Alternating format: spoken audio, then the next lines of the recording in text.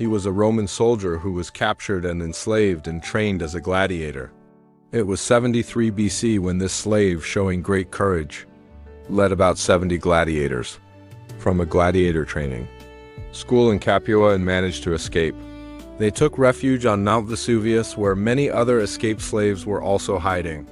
Thus, their number gradually increased to 90,000. This was such a large number that demonstrating the best of discipline, bravery, strategy, and ability to defeat any powerful professional army of that time, because they knew how to fight. This Roman slave took the leadership of this army of slaves in his own hands.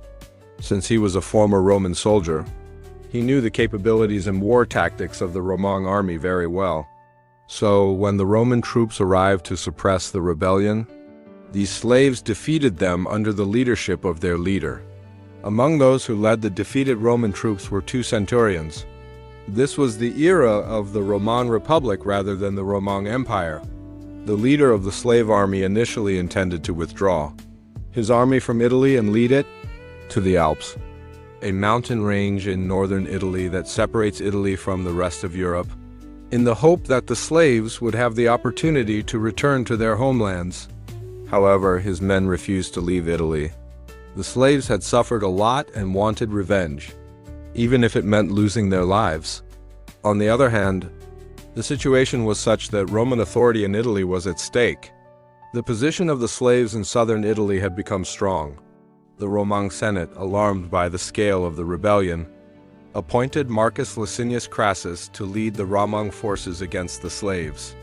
The forces of the Roman general Marcus eventually surrounded the slave army, and in the ensuing battle the slave leader was killed, along with thousands of his comrades.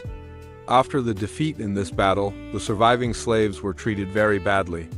The majority of them were crucified. This was the most infamous punishment of the Roman era, in which a person was nailed to a wooden cross and bled to death. The pain was extremely severe as long as he lived.